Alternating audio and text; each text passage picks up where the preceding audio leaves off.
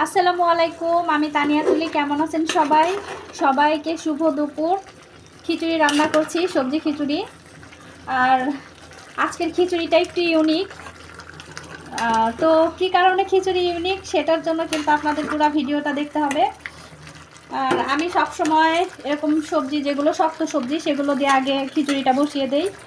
আর coffee, তারপর যেসব নরম সবজি আর কি, ওগুলো একটু পরে দেই। যখন খিচুড়িটা বলক এসে যায় তখন দেই। তো এখন আমি ফুলকপি আর কিছু পেঁয়াজ কলি দিয়ে দিচ্ছি। যেহেতু সবজি খিচুড়ি, সব রকম সবজি দেওয়ার চেষ্টা করেছি যা যা ছিল ঘরে। আর সবজি খিচুড়ি খেতে আমার বাসার সবাই অনেক পছন্দ করে, বিশেষ করে আমার মেয়ে। যে কারণে আমি বললাম যে আজকের খিচুড়িটা একটু ইউনিক। সব সময় তো আমরা এরকম করে সবজি খিচুড়ি রান্না করে থাকি, তবে আজকেরটা একটু ইউনিক। কারণ হলো আজকে আমি কোয়েল পাখির ডিম দিয়ে খিচুড়ি রান্না করব।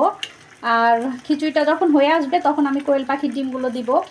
কেমন হয় সেটাও আপনাদের সাথে শেয়ার করব, খেতে কেমন হয়েছে সেটাও জানাবো। এই তো আমি কতগুলো কোয়েল পাখির ডিম নিয়ে নিয়েছি, আর এগুলো এখন আমি খিচুড়ির উপর দিয়ে দিব।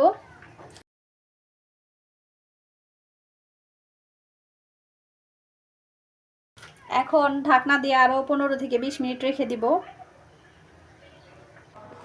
তো এই যে রেডি হয়ে গেল আমার কোয়েল পাখির ডিমের খিচুড়ি, সবজি খিচুড়ি প্লাস কোয়েল পাখির ডিমের খিচুড়ি।